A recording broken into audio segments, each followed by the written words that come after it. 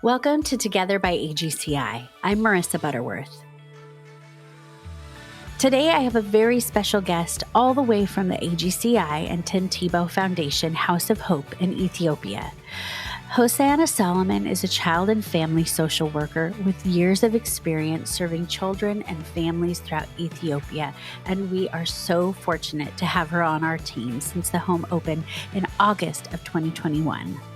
I had a chance to finally meet Hossi in Ethiopia this January, and she is a powerhouse, serving vulnerable populations with compassion, love, and grace. We are so lucky to have her join us today. Hello, good morning. It is so wonderful to have you on here all the way from Ethiopia. I am over the moon excited. I've been looking forward to talking to you for a really long time now since I knew that we were doing this podcast and get to hear more about the House of Hope. And I'm extra excited because I got to meet you way back in January when our team finally was able to get back to Ethiopia, or my team specifically, others were, but it was my first time back. And I had seen you and met you online. And so it was such a pleasure. But thank you so much for being here. Thank you, Marissa. I'm very honored and very happy to be here too. And I'm very much excited that I get to meet you besides the screen in physical. Oh, thank you. Thank nice you. To see You're you again. So sweet. Yes. So will you just start us out by telling us a bit about your role at the House of Hope? Sure. My role in the House of Hope is I'm a family and child social worker. So my main responsibility is supporting the family and the children through the transition from being separated to being reunited. So making that pass or transfer smooth is mainly my responsibility. So in this process, I have the responsibility of admission, making sure the House of Hope have girls from different stakeholders like the government, the police. So that's my responsibility. That's my role. The other might be assisting the family social searcher to identify the family and assess if the placement is suitable for the children. So making sure the best interest of the child is made while doing the transfer. And during the transfer and after transfer, I'll be assisting the children and the families too. So that's mainly my responsibility. Amazing. So you have a lot of responsibilities. You're kind of doing all of it. So I'm so glad to have you on. You know, I feel like you've really touched like every part of the process. So you're kind of the perfect person to have on here. Will you tell us how many girls are in the home now? And then how many of the girls have been successfully reunified with their family or a caregiver? Currently, as of today, we have 19. But just now, before 2 or 5 minutes ago, we have admitted another one girl. So we're currently down to 20. Yes, we have 20 girls, and we have reunified about 33 girls with their families. Wow. Out of the 33 girls, 3 have completed the post-placement service. So wow, that's amazing. Well, and I have to mention, and correct me if I'm wrong, because there's a solid chance that I'm wrong here, but I think that the average, there are other organizations that are doing reunification work, but I heard that the average for those organizations of successful reunification is around 30%. Is that right? Yes. Okay. And then what percentage of our girls have been, when we say successfully reunified, are there girls that haven't been successfully reunified, or I think you guys are rocking it over there. This is what I'm trying to get to. The reason why we say our reunification, or House of Hope reunification, is more unique and successful rather than those that are existing in Ethiopia are because of the different frameworks that we use. We make sure that the family and the children stay together. We mainly focus on the sustainability rather than the number of children that were reunified. So out of the 30 girls, we may have faced a challenge with one girl, but we haven't lost it yet. We're in progress because the post-placement service, the follow-up that we do, make sure helps us to know where the family are. and Yes. makes us know that where we and how we can support the family regain that trust and connection that they had once we reunified them. So that's mainly the reason why we said ours is more successful. Yes. And I mean, like 100% success rate. And I know it's not been easy. So I don't say that lightly. And it's because of the systems that you guys use and that you're checking in on them. And, but there's so much work, obviously, that goes into it before you even reunify the girls with their families. I know that you're working with not only the girls, but you're also working with their family and trying to, help them both find healing in that, which is just incredible. So cool. Can you tell us just a little bit about maybe what some of the girls have gone through before they've even entered the House of Hope? I know that sometimes their stories have some similarities. Most of the girls that can join the House of Hope are victims of different abuse, traumas, and different challenging experience that made them deprive them of their childhood and the laughter that they have to have as a child. So mainly those children came from the rural side of Ethiopia, and so by being offered a false promise for better educational opportunity or for better work opportunities so that they can support themselves and their families. So they're being tricked and manipulated to come to the city. Those who were born and raised in the city ran away from their home due to the different abuse and neglect that exists in the family. So they have they have reached their limit of enduring that pain and challenge. Then they decided to break out of home and go out on the Mm, streets. So mainly false promise for better educational opportunity, job opportunities, abuse, neglect, all mhm. sorts of abuse are the main reason why they push the girls to go in the streets. So that's mainly Mm. the main factors. Wow, it's heartbreaking and devastating, and makes it all the more important that you're there. And so many, I mean, that's happening to so many kids in Ethiopia, girls and boys, just thousands and thousands. So it's just Yeah. makes it all the more important. Um, Yeah. To top, I'm sorry, Marissa. no, go for it. Just to add on this, some of the girls also are forced to leave their home due to the peer pressure that exists because they are Mm. they're being fed that there is a better chance of having a better life in the city, and their peers have experienced that. Not only their peers are not the ones who are pressuring them, their own families are pressuring the children to go out on the streets because your peer, your friend is doing this in the city, and you're not doing anything in the home, in staying at home. So be supportive, Interesting. be like your peers, and earn some money and support the family. So some of the reasons Wow. are this. Mm. And yeah, and peer pressure, especially at that age, is even, we all remember being that age. It's even harder. And if you believe Mm. that, you know, something good, other people are doing things that are helping their families, and I better do that. That's just heartbreaking to know that they're, all being tricked into that, and where they're ending up, which is just devastating, just awful. So what does it look like? Where are the girls coming to us from? Like, where do they come from when they enter the home?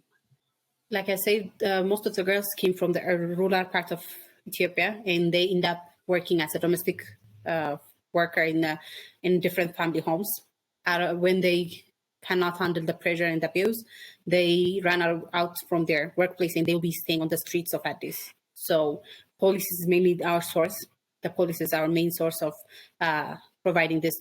We back on January or something that we did a national Tebow training with the Addis Ababa Police Commission, which created a good work connection and network with the police. So they understand the values that we stand for, the work that's been done at the House of Hope. So they're mainly our source of, uh, they are the main source to provide girls for the House of Hope.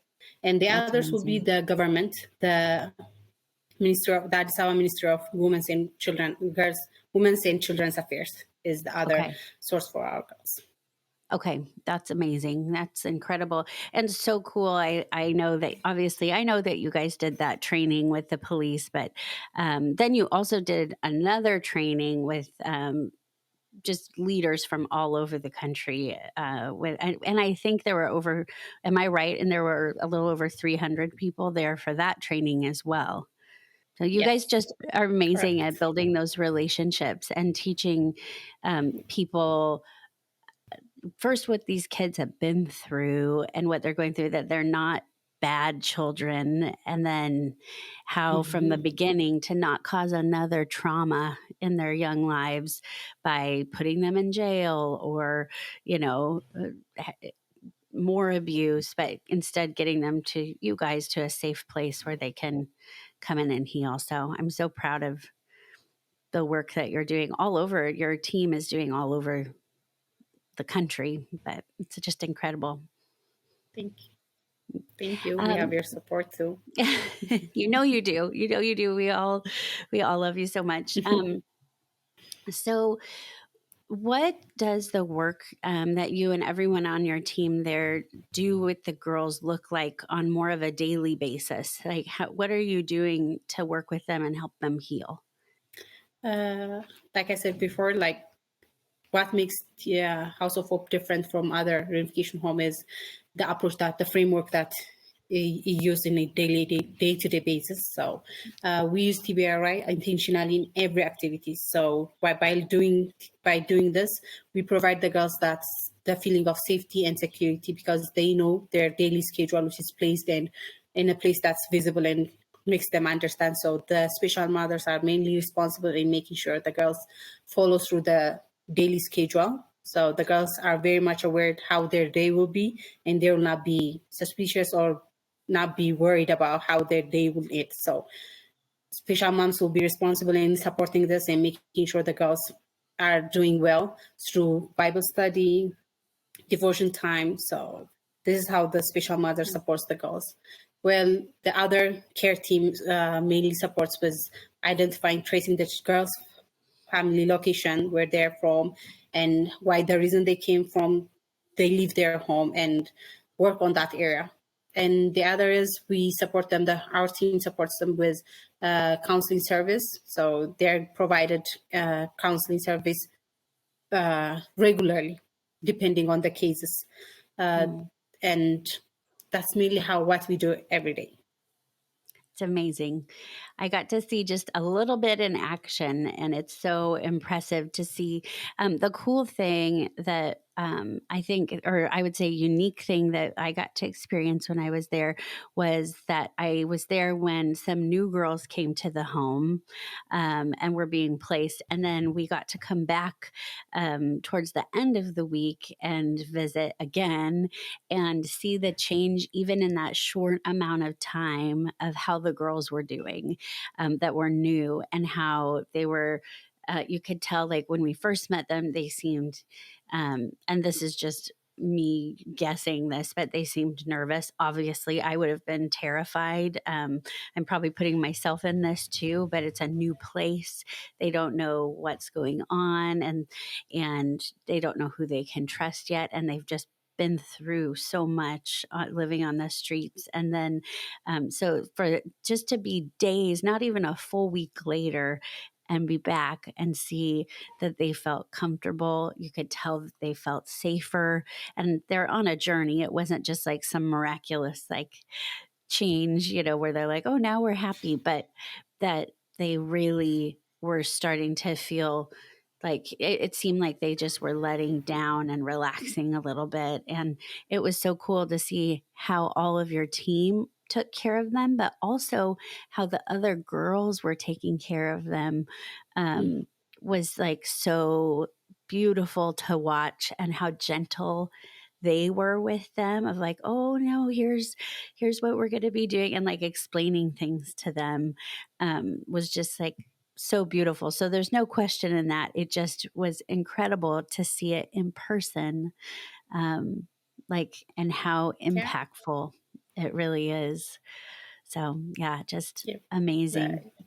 To add on this, like Marissa, like I said, most of the staffs at the House of Hope were working previously with AGCI, and they're very much aware about the values and the principles, the mission that exists on AGCI. And those who have joined currently to the AGCI have been going and having the same vision, sharing the same vision. And by doing this, by providing the TBRI training, all staff can understand and know how each of us can work together. So the main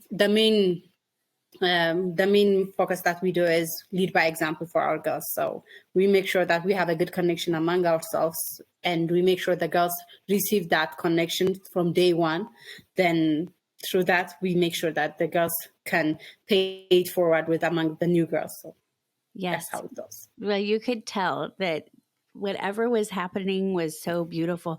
So when you're doing this kind of work with the girls, like, why is it so important? Can you tell us just a little bit about TBRI and why that's such an important part of their healing? And we talk about it a lot on the podcast, but in case someone's listening that they heard you say TBRI and they have no idea what that is. TBRI is a trust-based relational intervention framework. It's a framework, an approach, a tool that's been provided by TCU, and our AGCI Ethiopia has been adopting it and using it as a main framework to facilitate the work that exists in the House of Hope. It's a trauma-informed tool. TBRI helped us build the connection and how to empower our girls, not only our girls, but the staffs too, and how to correct the girls. So TBRI is a tool that helps us put all the theories and things that we have learned in theory to the ground. So it's I don't know how to say it, but I may say it's a silver bullet for us specifically, because it's working, showing a progress on the girls. So yes. I love it. That's totally the right way to say it. I think that's perfect. Yeah, it's exactly what it is. It's providing that framework for healing, for real healing. And it's not like it's not a quick fix necessarily, but if you are following the framework for it, it provides that place, an opportunity for healing, and then also gives the kids, anyone, and kids, adults, whoever is learning it, like the tools that they need to be able to continue healing far past their time in the House of Hope. And it's for kids, anyone that's been through trauma. And yeah, AGCI didn't create it. I'm glad that you mentioned TCU, Texas Christian. They're the ones that created this beautiful framework, and it's made such an impact on the work that we've done at AGCI and that you guys are doing in practice every day. So just thank you for explaining it. So I know, and we've kind of talked a little bit about this, but I know there are other organizations that are reunifying kids in Ethiopia. And we touched on this just based on the fact that we have a really good track record of these kids actually staying in their homes once they're reunified. But what else makes the House of Hope approach unique? So I know you have family searchers that are going and looking, and then what kind of work is done with the families as well that make this really unique? Prior to the launching of House of Hope, our care team was researching on opening the House of Hope. In doing this, they have gathered information from other different reunification homes. And what makes our home different from them is they do the tracing, and they place the children on the day they finalize the tracing. No work has been done with the family. Just they take back the girls and place them. Yeah, that's the train that's been done by different. I didn't realize it was that fast. Wow! So as soon as they find them, they just bring them back. Yeah. Wow! On top of that, they provide IGA, like income generating seed monies, that backfires and draws other children to come to the city and do the same thing and earn that many. So that's been the trend by Really? different reunification homes. So by learning from their mistakes, House of Hope is not doing that. We do from 3 up to 5 family visits. Once the family is located, our family searcher will be doing the first searching, the tracing. Once the tracing is done and the family is located, we'll be doing the family assessment. We'll use our tools, the family assessment. We'll assess their holistic Okay. development, the family's economical well-being, health well-being, social status, and everything. Based on that, we'll provide counseling service and one-to-one talks. We'll be also providing them TBRI so that they can understand their children and they can understand themselves and the traumas they have experienced as children when they were Wow. kids and how they're passing it to their children. So by doing this, we'll be visiting the families 3 up to 5 times. That's how we work with families. The girls Wow. will be staying with us from 3 up to 6 months. And even though we find the family during the first months or second months, we'll not be we'll not be reunifying the children with their families. We have to do few works with the girls and the families. So that's how we do it. Wow. Well, no wonder. I mean, it's not quick work. I think that's the biggest thing is, and that, I mean, thankfully we've been able to learn from other people's mistakes and hopefully do a better job. And I'm always so impressed with you guys because I think, and the work that AGCI is doing, because we're also always trying to learn and grow and do better on our end and make this something that's successful. And you guys you're the model. All of you there are the model of what that looks like, to do that work and continue to be excellent at it and do better. So I'm so impressed, and I think you're doing the deep healing soul work that needs to be done. That a lot of places aren't brave enough to jump in and do, or they don't have the experience. And thank God you guys are there and doing that work. It's really so beautiful. So Okay. the home is named the House of Hope, which I just have loved. And it was named that because there are so many beautiful redemption stories that are coming out of this work every day. And I get to hear a lot of them. And it's what keeps me going and being a part of this and inspired. But can you maybe share a couple of stories that have touched you since you've been working there? Sure. Everyone at the House of Hope is very much honored to be a change agent in the lives of these girls. So, having said this, if I have to choose, there was a girl that was at the House of Hope. She lost her mom at an early age and was Mm, abandoned by her biological father at an early age too. She was separated from her biological brother when her mom was mm, deceased. During that time, she was also used for begging. Yeah, her stepfather used her as used her mm, on the street so that he can earn money. After that, she got a guardian, but even though she got a family who couldn't take her in, she was not loved that much. She didn't receive the love that she deserves. mm, So through that, she started to experience some feelings that has not been addressed properly, and her needs led to different bad behaviors, making her do bad habits, get into bad habits, and get in conflict with her guardians. So she was placed. She was placed out of the her guardians and given to another foster care, which she would not be able to stay with because of the conflict that exists and the unresolved behavioral issues that she has been enduring through this whole time.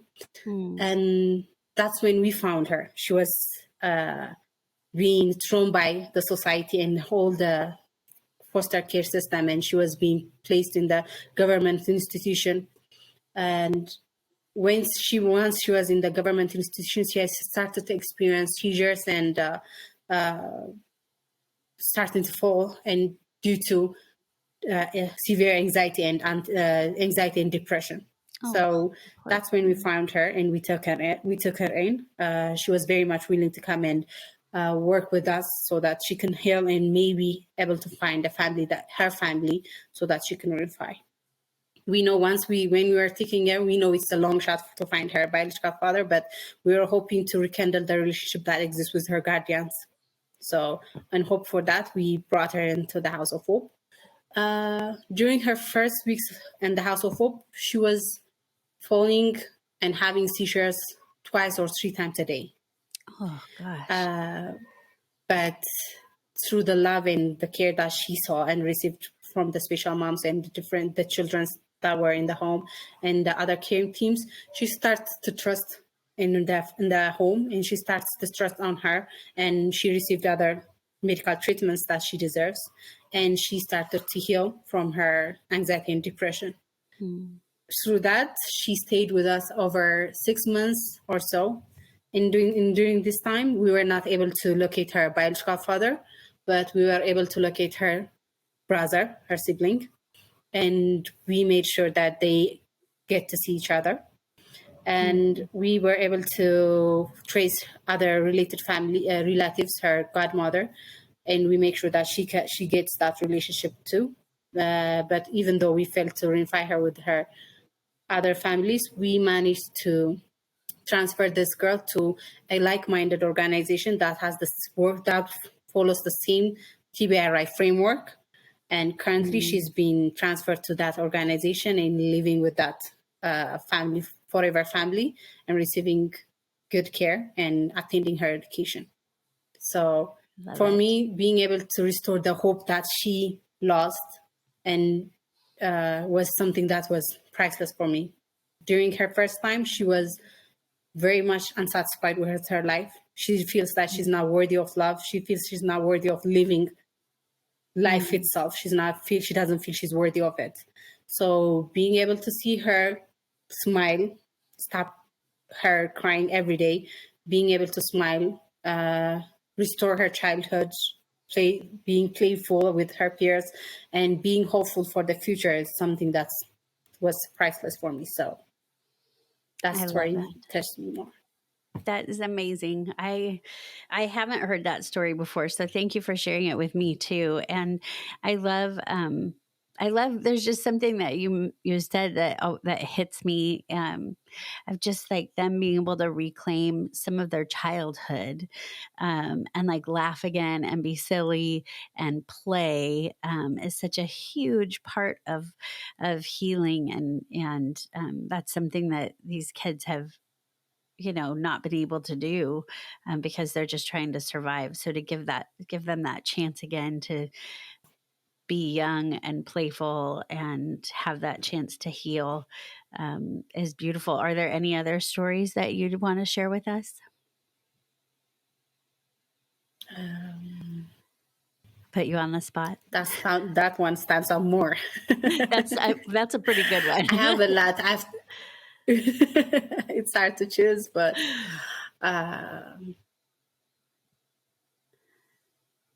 okay.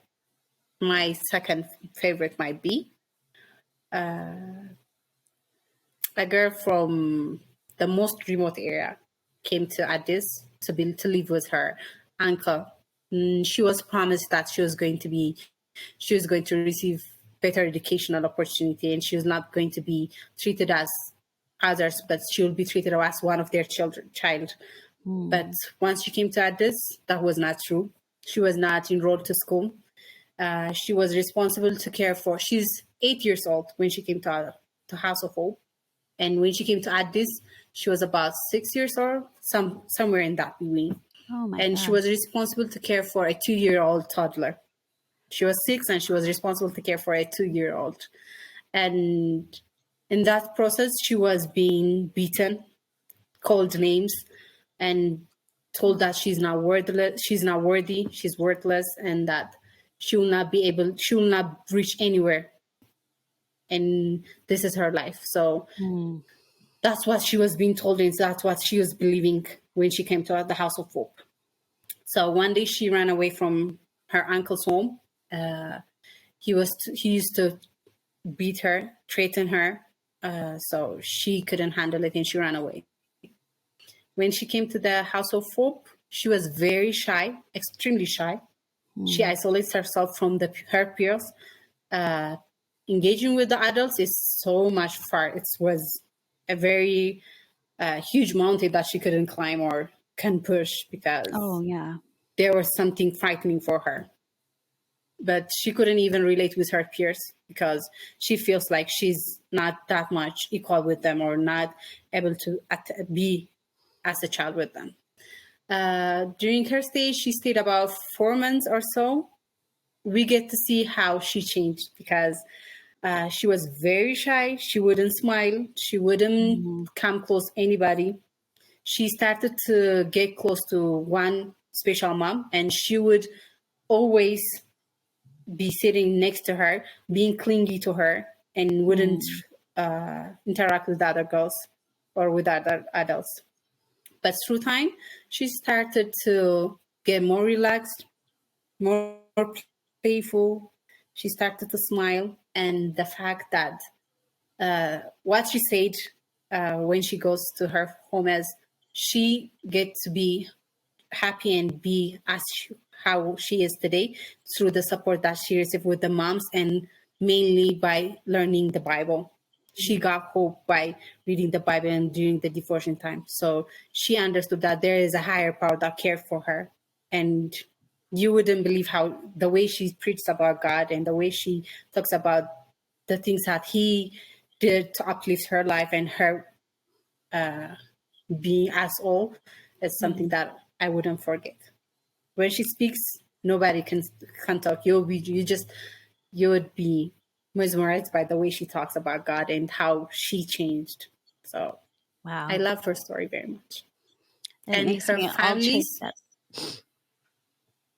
her Mm. families were very much happy to see her. And Mm. until now, she has completed the service post placement service, but she is still strong with her family, and she has taken everything that she was taught in the House of Hope and applying it with her siblings. So I'm very much proud of her. Wow, Very that is much. amazing. I love hearing that. I mean, it sounds like you guys unearthed a future pastor there. I don't know. She's going to be Yes. preaching about God's love and how valuable they all are. And to hear that coming from a child that age is so powerful and makes me all choked up. I'll try not to cry, but I haven't heard that story either. And um, that's just incredible. That's why I could just sit and listen. I won't make you tell me any more stories, but I could just sit and listen to these literally all day long. So I promise you I won't. But so, what are your dreams for the future of the House of Hope? Like, what do you hope for this beautiful place? So many things.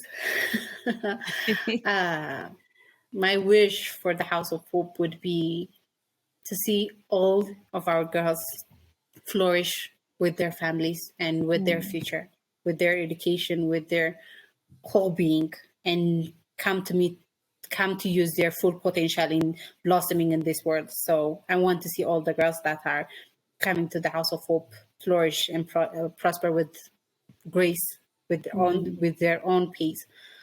The other would be I would like to see House of Hope branch out more because there are a lot of children that need to be that needs the support and the healing. Yes. Not only children, but by the opening of House of Hope, we can reach out to families, communities, and even the influential groups. So having another branch or having more House of Hopes will help us, will give us the strength to make a mark as uh, in the country as a whole.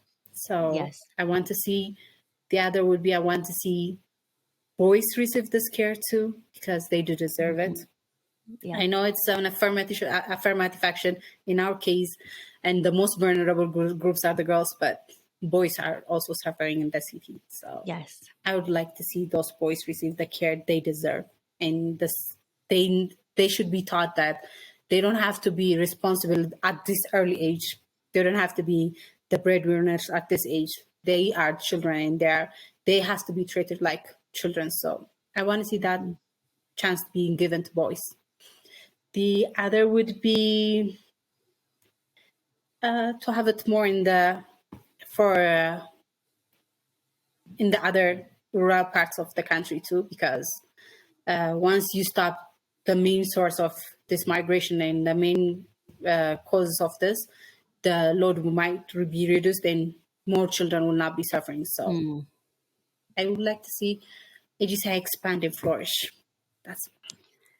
I love it. Well, on this end, we're going to do everything that we can for that to happen, and are standing with all of you and fighting for this, because we also believe this for the girls and the boys and everyone there in Ethiopia and everyone everywhere, that this is something that they deserve to have and know and experience healing and that beauty in their life and redemption. And it's just, you're living it every day. And I'm just forever impressed and inspired just to see the work that you're doing with these kids, and what a huge blessing and gift it is for them, and then for us to be able to hear about it and be a tiny part of it is also so powerful. So as we're wrapping this up, what can our listeners do to support the work that you're doing there in Ethiopia? How can they all be a part of this as well? Like always, we want you and all of our listeners to keep all of our girls, our staffs, our country at the same time, and those children who are vulnerable all over the country, all over the world, in their prayers, because the highest support, the highest care will be from God. So we want you to keep us in your prayers. And the rest would be everyone can make a contribution in different ways.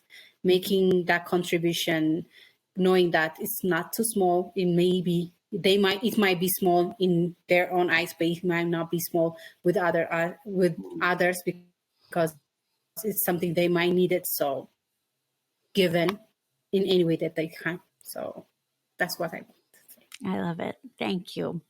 Well, thank you so much for joining me, Hosseana, on this and just sharing from your heart, explaining how you do this work. And I should also mention, we're recording this with the time change. It's like dinner time for you, and you're done with work and you took the time to do this with me. And it means so much that you would get on and share with all of us. I so appreciate you. Thank you very much. It's an honor for me to be on this, because I get to speak up about House of Hope. So, well, it's an honor. Thank you. That was Hosseana Solomon, a child and family social worker from our AGCI and Tim Tebow Foundation House of Hope in Ethiopia. I hope you enjoyed hearing about the incredible work that they're doing in the country and throughout Africa. If you would like more information on how you can personally be involved in supporting this work, please reach out to me directly at mbutterworth@allgodschildren.org. M as in Mrs. Butterworth, mbutterworth@allgodschildren.org, and I would love to share with you. If you like what you heard, make sure to follow us and rate us wherever you listen to podcasts. Keep up with us on social media by following us on Instagram and Facebook at All God's Children International. Thank you for watching or listening to Together by AGCI.